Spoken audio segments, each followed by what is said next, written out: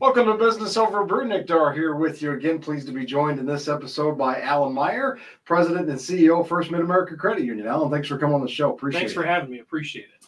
Well, just talk about a little, just to start with, just how does somebody end up being President and CEO of a credit union? Well, I guess I'm lucky. I've been at the credit union for 22 years. It's been a great ride. I spent my whole career in financial services. And like I say, 22 years ago, just a little over 22 years ago, the opportunity became available at First Mid-America to move into a role in lending that I had background in and kind of progressed since then.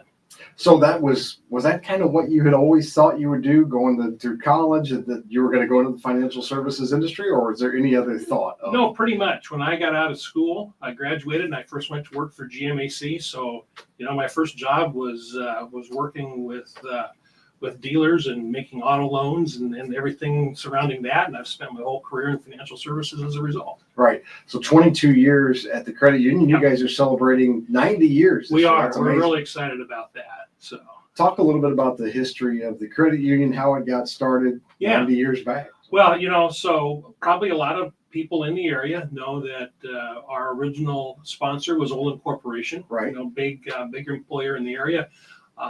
Our members, a lot of them either worked for Olin or still continue to work for him.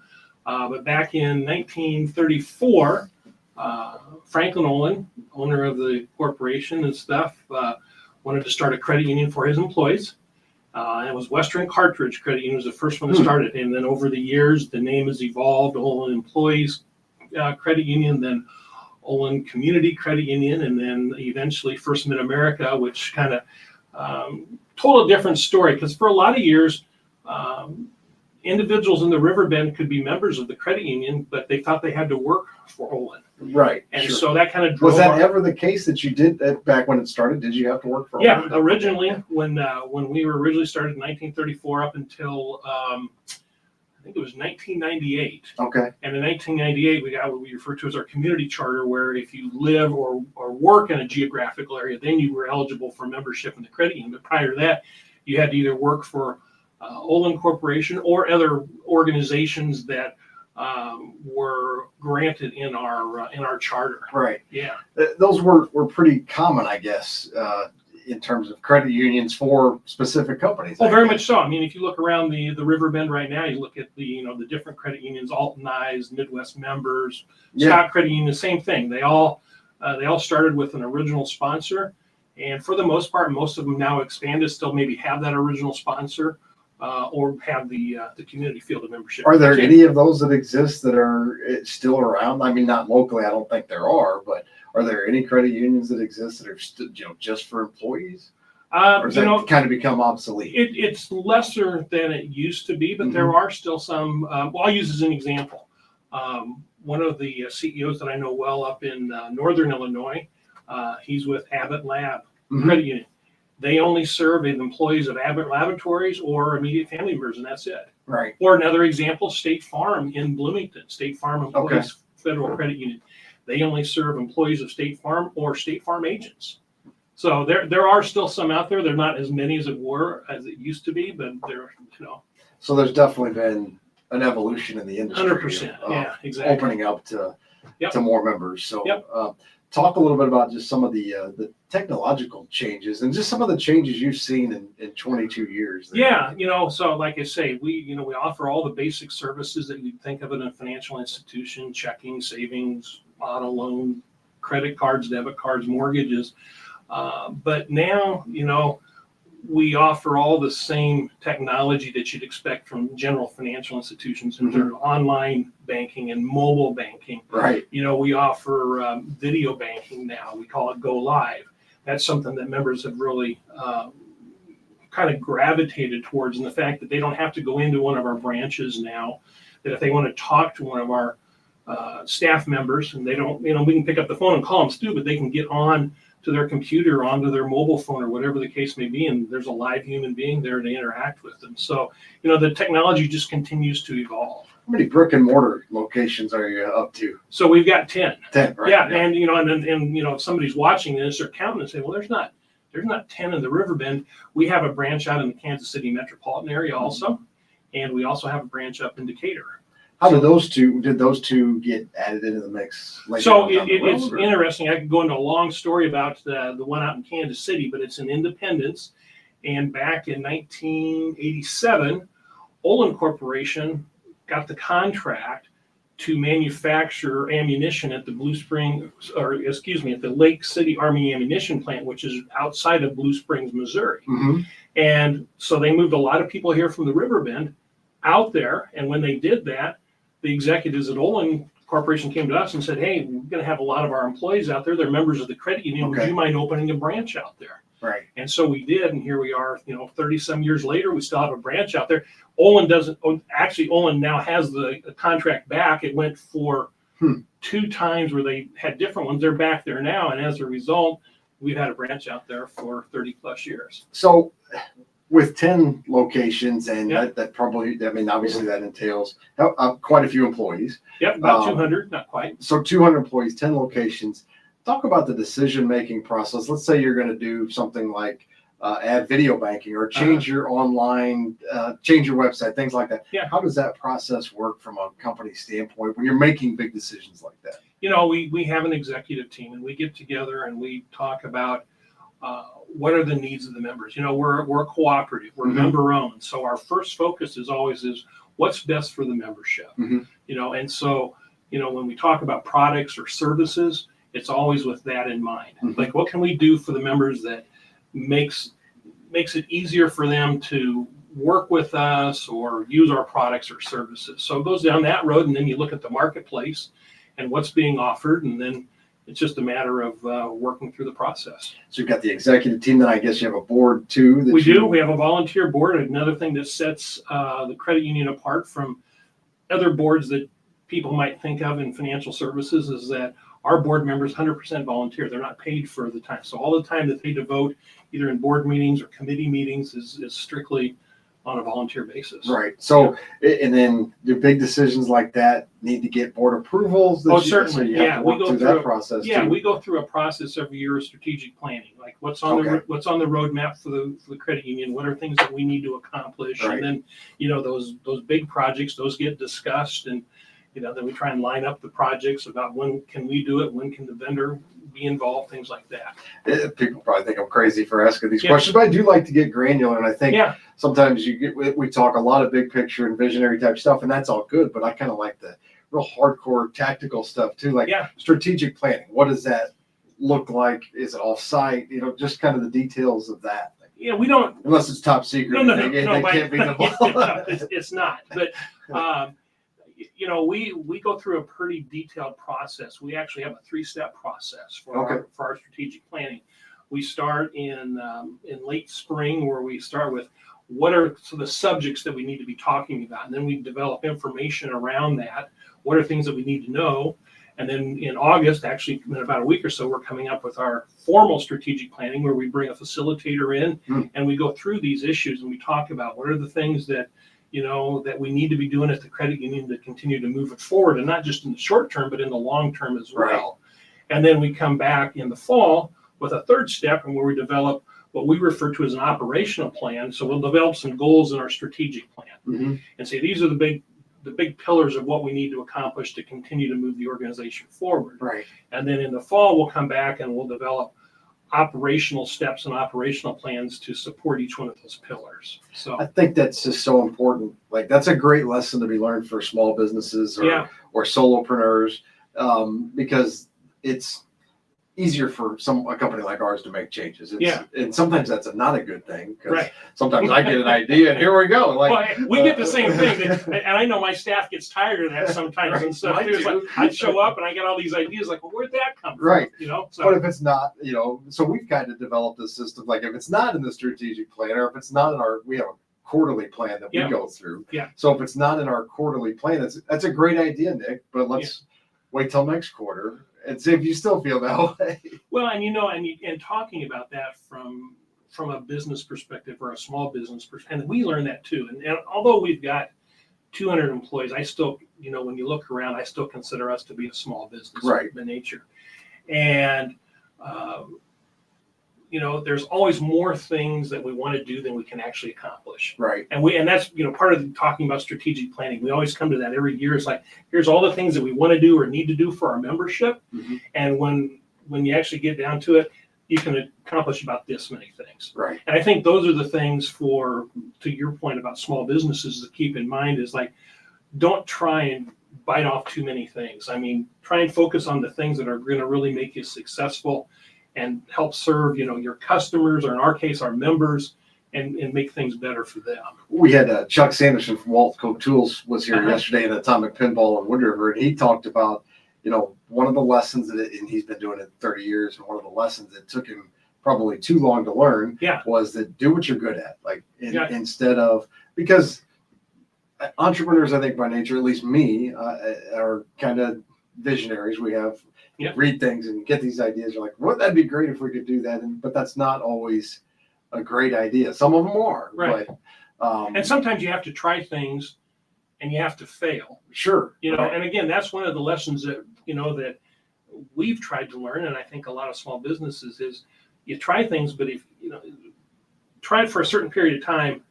And if it's not working, take a step back and whatever. Don't keep going after and stuff. Learn from the mistake or whatever you want to define it as, and then regroup if you need to, if it's not going exactly the way you want it to. Right. And I think that, if it's not going the way you want it to be, don't be afraid to shift gears a little bit. 100%. And also go slower with those bigger decisions would be advice I would give to myself over the last 7 years. Right. You don't have to jump in.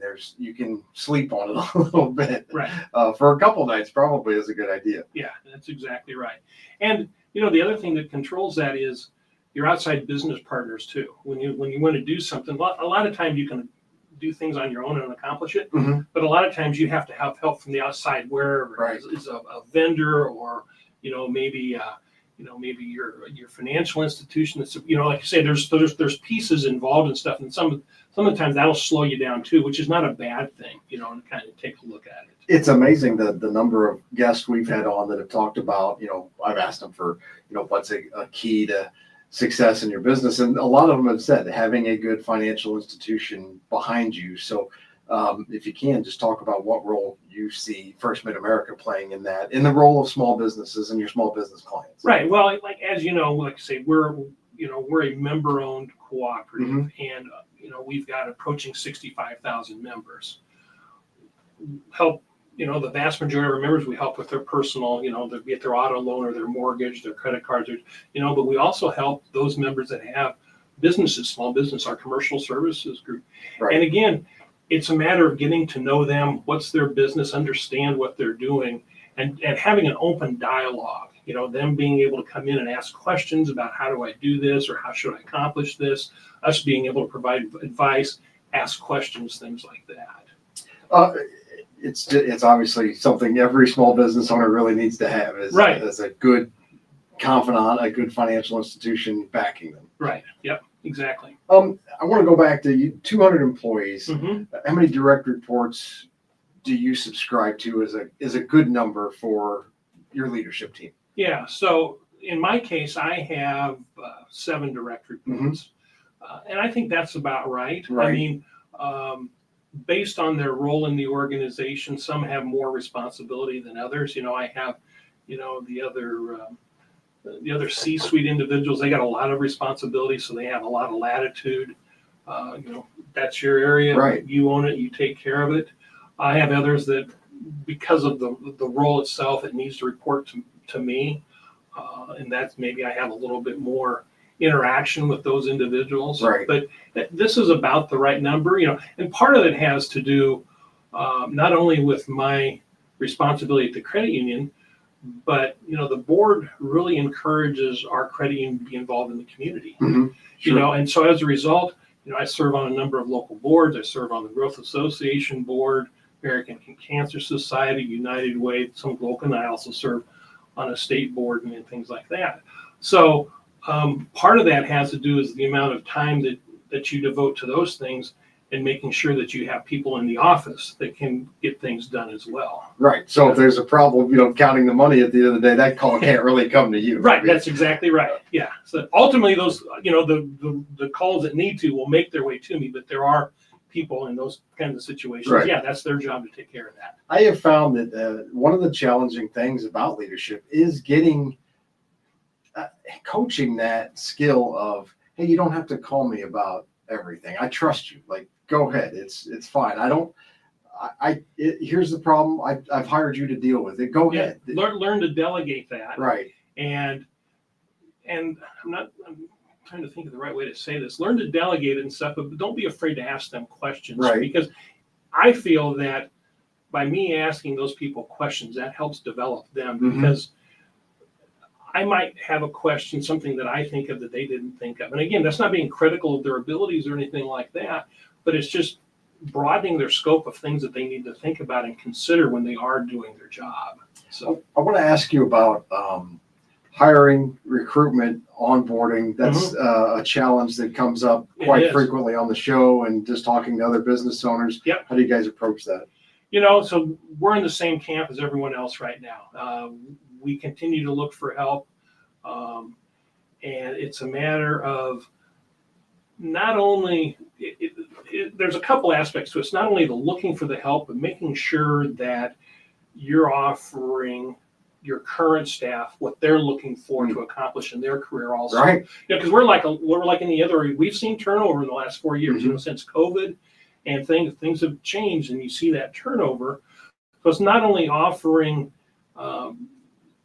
new employees what they're looking for is maybe a career opportunity or to learn something new, or whatever the case may be, but making sure that the current staff feel the same way, that they've got an opportunity to advance, they're being treated fairly, they can learn something, that they have input into the particular whatever their job is. They feel I think this is how I can do my job better. Right. Feeling that they've got a piece of the discussion in terms of what they're doing. That's such a good point. And whether it's talking about new employee recruitment or client recruitment, well, oftentimes the best thing to do is keep what you already have. Retention of clients, retention of current employees. Right. And I've been in organizations, as you probably have too, and that's always the number one problem. How do you find good people? Yep. And I think the question that doesn't get asked often enough is, how do you train good people? How do you onboard those people to make sure?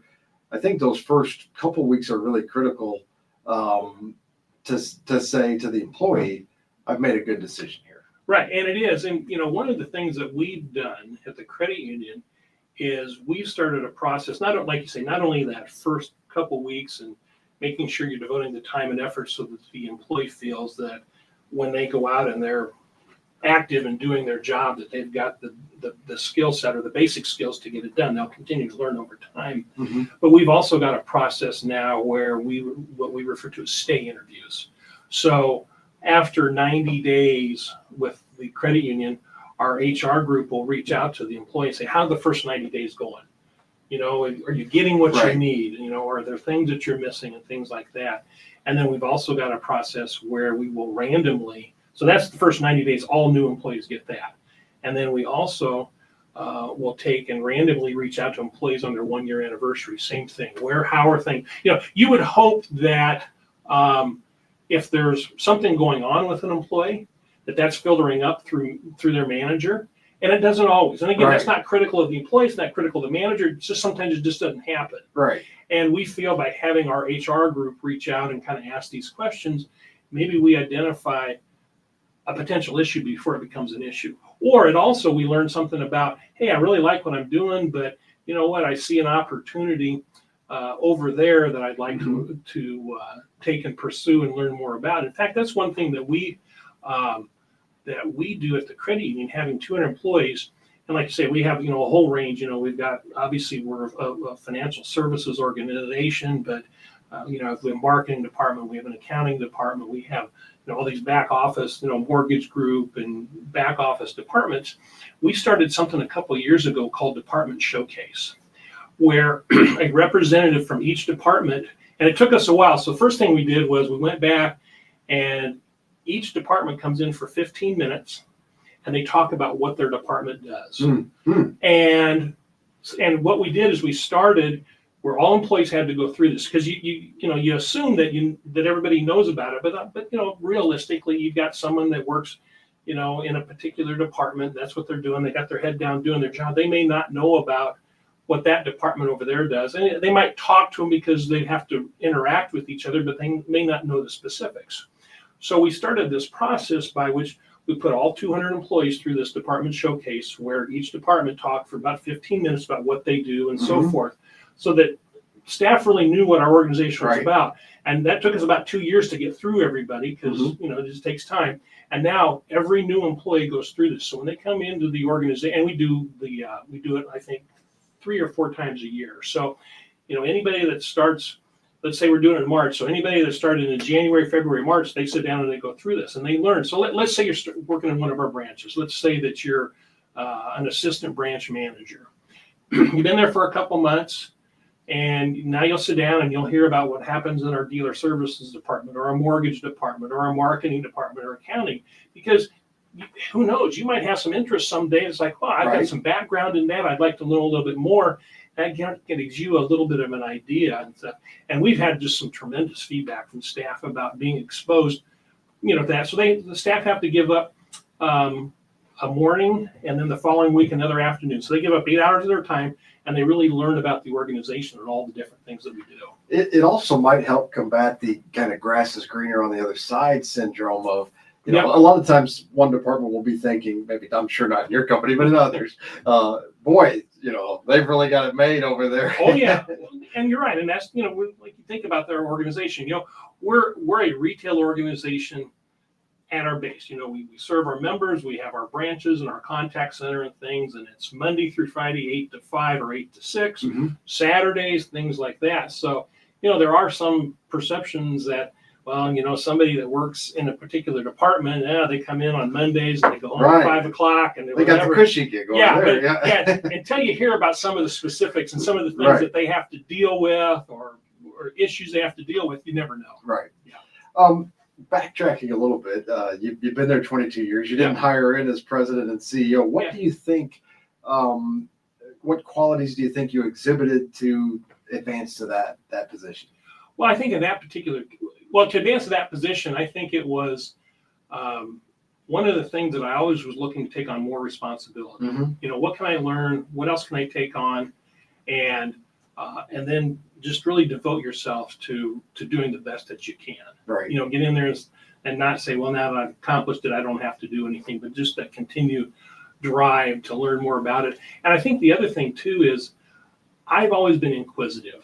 Ask questions. I ask, and I know my staff gets tired of this sometimes. I just ask questions, but again, I do it because I don't have all the answers. I don't know everything. It's like I like to know more and stuff, and I think it makes me better in doing my job if I ask questions and better understand, a particular subject or how somebody does their job, something like that. That's great advice. We've had Riverbend CEO students or students come in and we're asked to talk to them. And one of the things I always tell them is I said, I'm absolutely nothing special. I really just got lucky. This isn't even like my personality, but for whatever reason, when I started here, I was part-time news person, very low on the totem pole, but everything that came up, I said, I'd like to learn how to do that. I would just continually raise my hand. Take advantage of the opportunity. Conferences would come up, and when I was in the sales department, and the owner, Sam, would come back and say, does anybody want to go to this? And I'd usually be the only one saying, I'd like to go to that. Yeah. And then I would get to hang out with other radio station owners and just learn from them. And I just kept raising my hand and saying, I can learn that. So when the time came for the position to become open, it was like, well, he knows how to do everything. So it was kind of an easier choice. Well, and it's funny, and that kind of goes back to, talk about the department showcase a little bit, but one of the other things that I do is I do a breakfast with the CEO. In fact, I had one of those this morning, where I'll bring staff in from different departments. Not only that I can ask them questions, they can ask me questions, but they can ask each other questions. Right. And, one of the things that I always find fascinating when we kick off, and, some of them may know each other and some may not, but when they introduce themselves, how long have they been with the credit union? what's their current role and what other roles have they had. Mm-hmm. And so, again, it just kind of shows, that devotion that people will have to the credit union, how the credit union can provide those opportunities Right. because they've been, they've served in this role. In my role, I don't, in my particular case, I've served in 5 or 6 roles in the credit union. Mm-hmm. Again, same thing, being inquisitive, ask questions. In fact, like I say, I had one this morning, and one of the staff, I didn't remember this for sure, but she'd worked in each one of our locations. She works in the branch operations. She's worked in every one of our branches and things. So she's gotten around, gotten to know people throughout the organization, and that just makes us better when you have that Right. kind of background. It gives especially newer people too some optimism, some hope that, hey, that he wasn't. It could have been that they worked in the same position you worked in at one point. So they know there's going to be opportunity to advance in the future. Exactly, and that's one of the things that we're trying to demonstrate to people. And again, I'm also realistic. I asked about the organization and hiring and stuff. That's the one thing that we've talked a lot about at our organization is things have kind of changed in the employment world. And I think I'm becoming a little more realistic that when people hire in, they're not necessarily going to I hope they spend their whole career with us, but they may not. Right. But if we can take that opportunity to really develop them while they're with us, it would be if it's for 3 or 5 years or for their whole career. I hope when they leave that they leave and they say, you know what, I learned a lot at First Mid-America Credit Union. I had a good opportunity, and it helped me make my next step. So that's one of the things that we try to accomplish. That's a really good perspective on it. A couple of quick questions just about some daily routines that you have. Yeah. Any time management tools? You've got a lot of plates spinning. So how do you manage it all? Calendar, man. It's got to be on, and that's the thing on staff notes. If it's not on my calendar, it's not happening. Right. It's just I live by my calendar, and if it's not on there, and sometimes. So there's not a lot of stop by Alan's office to say, Alan, you got a minute? No, I don't. and unfortunately, like you say, that's one of the criticisms that people probably have. It's like he's just not always available. But like you say, when you have an organization of our size, you have what I'll define as complexity with all the things going on, as well as the commitment to our community and to our membership, different boards and stuff. That's just what I found works for me. I mean, I won't say it works for everybody. And again, one of those things is once people know, then I need to send a meeting invite so that I do get my 15 or 20 minutes or whatever it is. And as soon as they know it, then that's the way the process works. Right. Yeah. So. Daily routine, what time are you typically up and what time are you typically in the office? Yeah, so I'm usually in the office 7:30, 8 o'clock, depending. And I should say the day starts because a lot of my days don't start at the office. Don't start at the office. That's exactly right. Like not this morning, again, it was credit union, but it wasn't in my office. It was one of our other branches where we have the breakfast with the CEO. But like I say, a lot of times if you're with on a community board, like we've talked, growth association. We start our days that way exactly sometimes. Right. So you start there, or whatever the case may be. But again, 7:30, 8 o'clock, somewhere in there, and it can vary as far as the end of the day. I mean, if I'm in the office, I'm usually out of the office around 6 or something like that. But again, if there's another event, community based or something along those lines, maybe 8, 9 o'clock and stuff. Just it is what it is. But I enjoy doing it. The Growth Association, obviously the sponsor of this program, and that's not why I say nice things about it, but they've been great to our company, and I know great to yours too. 100%. Just talk a little bit about that organization and the role they play. Well, one of the things is it's because of the fact that we are a community-based organization and we're out there for our members. It's a great organization to be part of that. We can make other people aware of what we do, but we also learn what other people do, and then how can that fit into our organization, and how can we benefit from what other groups that are members of the Growth Association can accomplish, and just the networking and just all those. In fact, we've been part of the Growth Association longer than I've been with the credit union. My predecessor, he was on the board as well. And I think it's just one of those things, just the give back that you want to be involved with an organization like the Growth Association, so that you can make the communities better and stronger. Well, I've really appreciated your leadership the years I've been involved with it as former president of the board, or chair of the board, and serving on the board in subsequent years as well. And man, I feel like we could do a whole nother episode. I think it's been 30 minutes already. Can you believe that? Yeah. So thanks for coming on the show. Anything that we didn't touch on that you'd like to before we wrap it up? No, I touched briefly on the 90th anniversary, but I have to say that's probably one of the things that I'm most proud of, in the fact that, when you look around, we did a little bit of research. There aren't a lot of organizations that can say they've been around for 90 years. 90 years is a lot. Yeah, and so that's one of the things that we're really excited about this year, is getting to celebrate 90 years. And again, it's all because of our members. They're there for us. We hope they feel that we're there for them. And like I say, we're looking forward to the next 90s. You guys got us by a little bit. You started at 34. We started at 48. There you go. And hopefully you and I have been good stewards of what people have done before us to just keep this thing going. Really. Exactly right. Yeah. Alan, thanks so much for coming on the show. Thanks for everything you guys do. Thanks for the invite. Appreciate it. Okay. We'll do it again sometime. Okay. Sounds good.